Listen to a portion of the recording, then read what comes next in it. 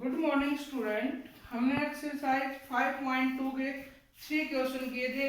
Lines की property पढ़ी थी, पैरेलल लाइन, इंटरसेक्टिंग लाइन, बहुत सारे एंगल के बारे में पढ़ा था, कोरस्पॉन्डिंग एंगल जिनकी पोजीशन सेम होती है, अल्टरनेट अपोजिट इंटीरियर एंगल जो अंदर होते हैं, अल्टरनेट एक्सटीरियर एंगल जो बाहर होते हैं, सेम साइड के एंगल का सम 180 डिग्री पढ़ा था, लीनियर पेयर पढ़े जिनका सम 180 होता है, वर्टिकल अपोजिट एंगल पढ़े थे जो इक्वल होते हैं। उसके बाद 3 क्वेश्चन किए थे। अब क्वेश्चन नंबर 4 है, find the angle which is equal to its complement. एक ऐसा एंगल फाइंड कीजिए जो अपने कंप्लीमेंट एंगल के इक्वल होगा। कंप्लीमेंट एंगल कौन से होते हैं? If sum of two angle is 190 degree is called complement angle. अगर दो एंगल का सम 90 डिग्री है तो उनको क्या बोलते हैं? Complement angle. अब इसने कहा कि दो एंगल ऐसे बताइए कि एक एंगल अपने कंप्लीमेंट के इक्वल, मतलब दोनों एंगल इक्वल हो, ऐसे एंगल हमने बताने हैं। तो हम क्या करेंगे क्वेश्चन नंबर 4 में, let one angle is x। एक एंगल हमने कितना मान लिया? x। देन सेकंड एंगल क्या होगा? वो भी x होगा। इसने खुद कहा find the angle which is equal to its complement, मतलब दोनों एंगल ऐसे फाइंड किए जो दोनों इक्वल हो। भाई एक एंगल x है तो दूसरा भी क्या होगा? x। अब अकॉर्डिंग टू रूल या according to we know that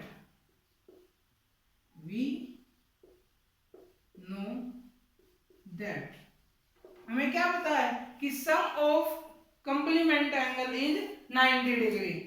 we know that x plus x क्या होगा? 90 डिग्री। कंप्लीमेंट एंगल का सम कितना होता है? 90। x और x 2x, कितना? 2x। ये 2x के साथ किसी में मल्टीप्लाई में, उधर जाके डिवाइड में, कितना आया हमारा x की वैल्यू? 45। अगर एक एंगल 45 है तो उसका कंप्लीमेंट एंगल भी कितना होगा?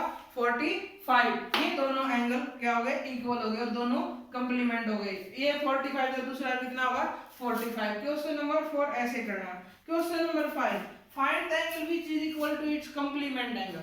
इसने कहा कि एक ऐसा एंगल बताइए जो अपने सप्लीमेंट एंगल के बराबर। कंप्लीमेंट एंगल में कितना सम होता है दो एंगल का? 90 डिग्री। सप्लीमेंट एंगल में कितना सम होता है? 180। तो सेम क्वेश्चन है question number 5, let one angle, कितना होगा एक एंगल? x। तो सेकंड एंगल क्या होगा? इसमें इक्वल कहा तो वो भी कितना होगा? x। और सप्लीमेंट एंगल का सम कितना होता है? we know that sum of supplement angle is 180 degree. इन्हें कहा कि find the angle which is equal to its supplement, मतलब एक ऐसा एंगल फाइंड आउट कीजिए जो अपने सप्लीमेंट के बराबर हो। और सप्लीमेंट का मतलब होता है दो एंगल जिनका सम 180। तो एक x है तो दूसरा भी क्या होगा? x, तभी तो इक्वल होंगे। और दोनों का सम कितना होगा? 180। x plus x 2x, x plus x 2x। ये 2 मल्टीप्लाई में तो जाके डिवाइड में, तो कितना आ गया x की वैल्यू? 9। अगर एक एंगल 90 डिग्री है तो दूसरा भी कितना होगा? 90 डिग्री। तभी इनका सम कितना हो पाएगा?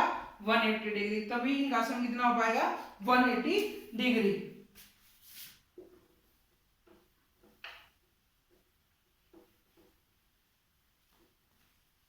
अगला क्वेश्चन देखते हैं, question number 6। If in the given figure angle 1 and 2 are supplementary angle, if 180 degrees, what will change in take place in seconds so that both angles remain supplementary? इसने कहा कि देखो ये है, ये एंगल 2 है, ये एंगल 1 है। दो एंगल, एक एंगल 1 है, एक एंगल 2 है। इसने कहा question number 6 given angle 1 and angle 2 are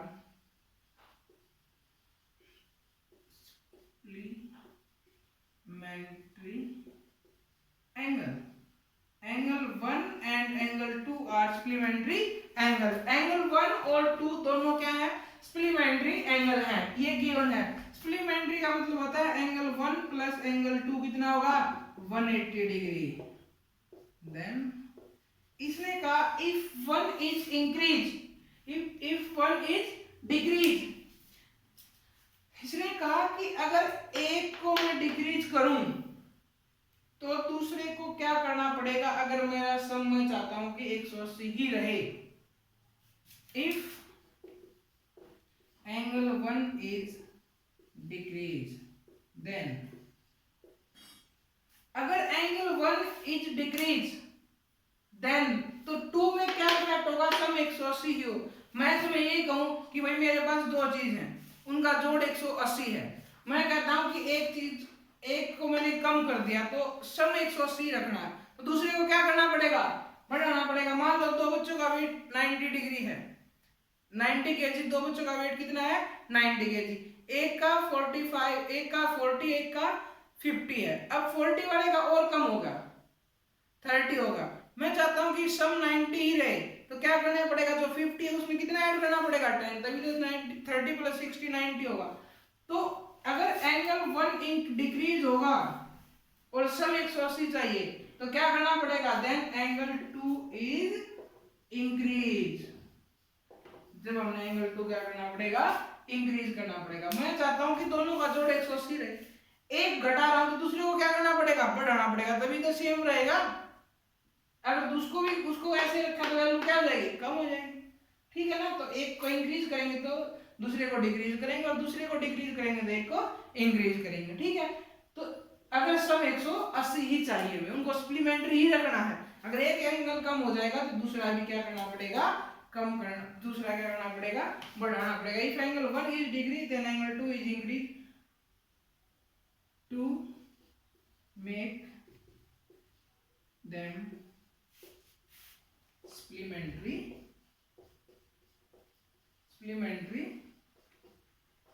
angle.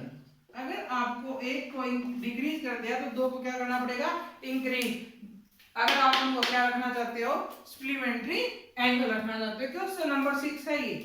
अब question number 7, can two angles be supplementary if both are. इसने कहा कि दो एंगल सप्लीमेंट्री हो सकते हैं, कब,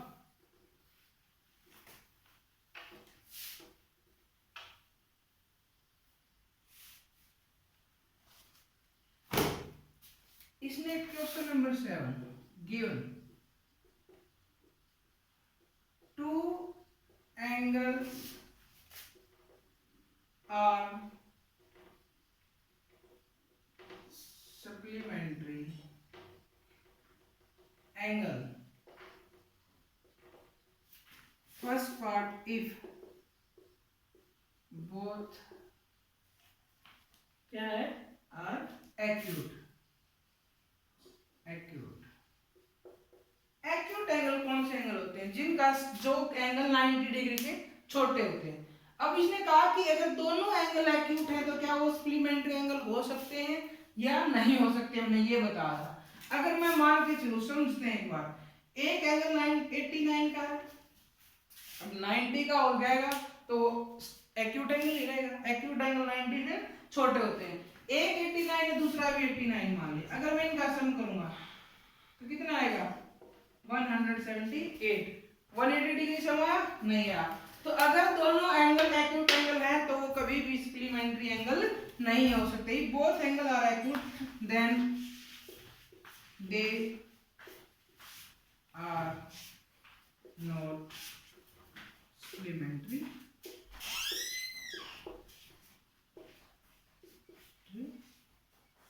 एंगल। इसका हमने ये आंसर लिखना है। ये मैंने साइड में बता दिया क्यों नहीं होंगे। अगर मैं सबसे बड़ा एक्यूट एंगल लेता हूँ 89 है, दोनों 89 है तभी 178 आया। सम 178 आया, सम कितना चाहिए 180। अगर सम ही 180 नहीं है तो कैसे वो सप्लीमेंट्री एंगल हो जाएंगे, ठीक है। तो फर्स्ट पार्ट में ये लिखोगे, if both angle are acute तो they are not be supplementary angle. Second part में इसने पूछा obtuse, if both angle are obtuse। अगर दोनों एंगल obtuse हो, obtuse एंगल कौन से होते हैं, जिनका सम 90, जो एंगल 90 से बड़ा हो। 90 से सबसे बड़ा एंगल कितना है 91, दूसरा भी मैं 91 ही मान लेता हूं, तो ये होगा 182। ये तो हमारा इससे बड़ा होगा 180 से, तो ये भी क्या नहीं होंगे supplementary angle. If both angle are acute then they are not supplementary angle. अगर दोनों एक्यूट है तब उनका सम 180 से कम रह रहा है, तब भी सप्लीमेंट्री नहीं हो सकते। दोनों ऑब्टूज हैं तब उनका सम 180 से ज्यादा है, तो तब भी वो क्या नहीं हो सकते, सप्लीमेंट्री। अगर दोनों एंगल राइट एंगल हैं, दोनों एंगल राइट एंगल है, राइट एंगल का मतलब एंगल कितने डिग्री का, 90 डिग्री का। दोनों एंगल राइट एंगल है, both are right angle, right angle. अगर दोनों 90 राइट एंगल मतलब 90 डिग्री है, ये भी 90 का ये भी 90 का, कितना सम आ गया 180 का, ये हो सकते हैं supplementary angle. If both are right angle then they are